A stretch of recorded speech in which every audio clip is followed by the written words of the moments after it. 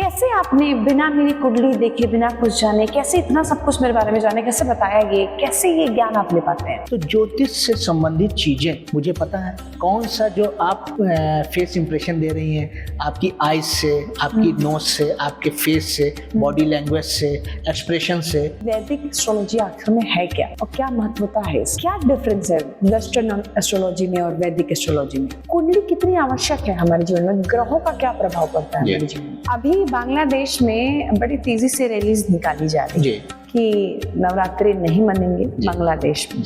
ऐसे कई सारे होड़ देखने को मिल रहे हैं जो कहीं ना कहीं सनातन के खिलाफ बहुत लोग खड़े भी होते हैं। शनि की 7.5 से कितना डरने की जरूरत है या क्या करना चाहिए उस वक्त? कहा तो गया है कि ज्योतिषाम सूर्यादि ग्रहणम बोधकम शास्त्रम। जो ज्योतिष है वो सूर्यादि ग्रह नक्षत्र जो है उनको बताने का शास्त्र है। संसार में जितने भी जीव जाति प्रजाति लोग हैं, मनुष्यों से लेके अन्य कोई भी, सभी पर एस्ट्रोलॉजी वर्क करती है, सभी के बारे में एस्ट्रोलॉजी बताती है। और वो सिर्फ व्यक्ति के भाग्य के बारे में नहीं, वो व्यक्ति के पूर्व जन्मों का लेखा जोखा, आने वाले जन्म में व्यक्ति की कैसी अवस्था होगी, उन सभी का ज्ञान और दर्शन देती है। देखिए, जल तो एक ही है, एक्वाफिना, बिस्लेरी, हिमालयन और अन्य जो भी है वो घर का पानी सब एक ही है। वैदिक एस्ट्रोलॉजी का सभी एस्ट्रोलॉजी की जनक है, क्योंकि वेदों से निकली हुई है। वेद हमारे सृष्टि के ज्ञान का आधार है, तो उनसे जो एस्ट्रोलॉजी निकली है वही तो हमारी प्योर एस्ट्रोलॉजी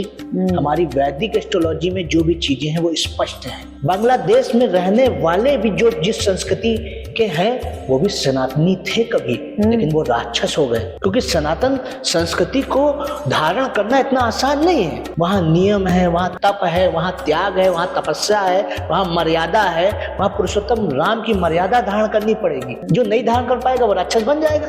बन गए पाकिस्तानी राक्षस, बन गए बांग्लादेशी राक्षस। हर बांग्लादेशी ये चेतावनी स्वीकार कर ले, अगर उन्होंने सनातन धर्म को स्वीकार नहीं किया, अपने राष्ट्र में वेदों का अध्ययन प्रारंभ नहीं किया और अपनी राक्षसत्व को त्यागा नहीं, समूल बांग्लादेश का संहार होगा। प्रलय आएगी।